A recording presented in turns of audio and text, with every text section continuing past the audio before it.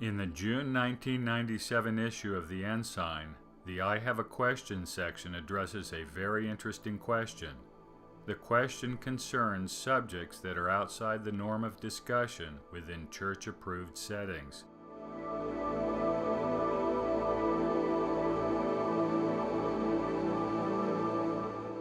It is a good question and one that has been asked in one form or another by numerous Latter-day Saints.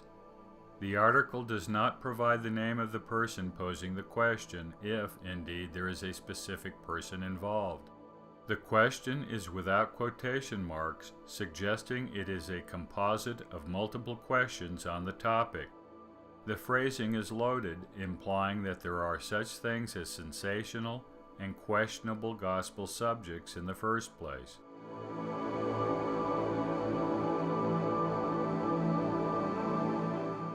The person selected to respond to the question was not a general authority, or in truth any kind of doctrinal or ecclesiastical authority. The respondent was Wayne Lynn, who was at the time a former manager of basic curriculum in the church curriculum department. The church does place a caveat at the beginning of the article, making the point that the response is not to be interpreted as official policy. But then, what is the point? Why publish the question and response if it is not an official statement of policy? Why not select a respondent who can authoritatively speak for the church?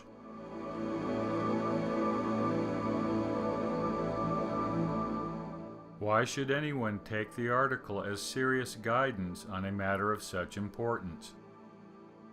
Be this as it may, the article was approved through priesthood correlation, and the answer is instructive on the thinking of the church. In general, Brother Lynn's guidance seeks to steer the reader away from discussing such topics publicly. In some cases, the subjects are too sacred.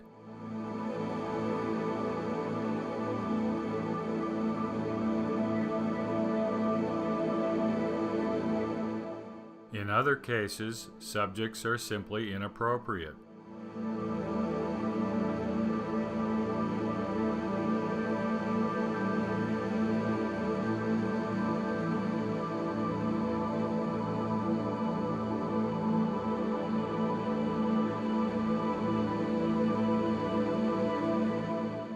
The so-called inappropriate topics that Brother Lynn enumerates by example are instructive. Each question touches upon a fundamental doctrine of the gospel. When did fundamental questions such as these become inappropriate?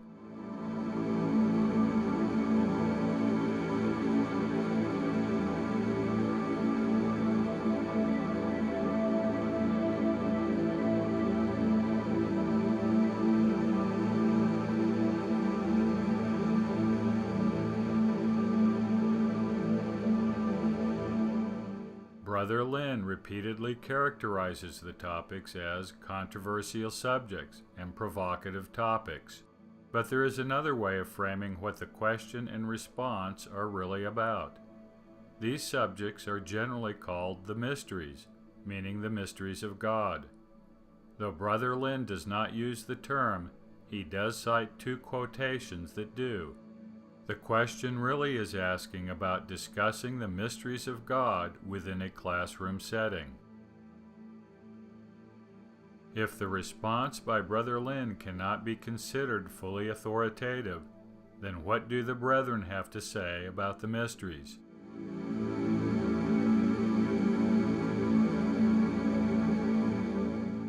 There appear to be two schools of thought among the brethren concerning the mysteries.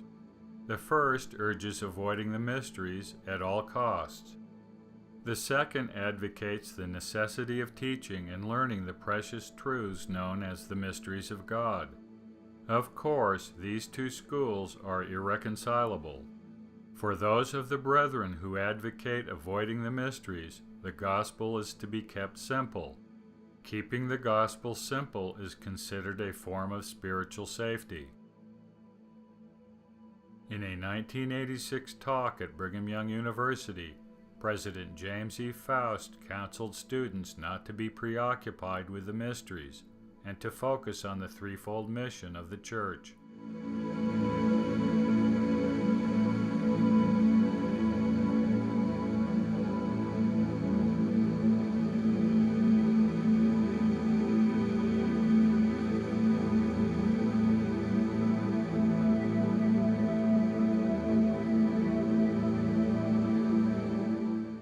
Gordon B. Hinckley, then second counselor in the First Presidency, argued, as did President Faust, that the gospel is simple and the mysteries are not something to worry about.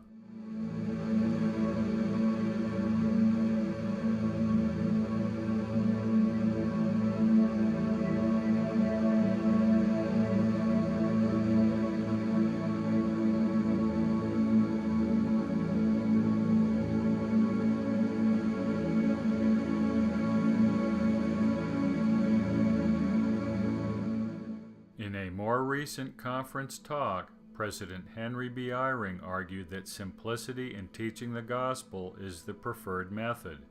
Speculation and sensationalism are to be avoided.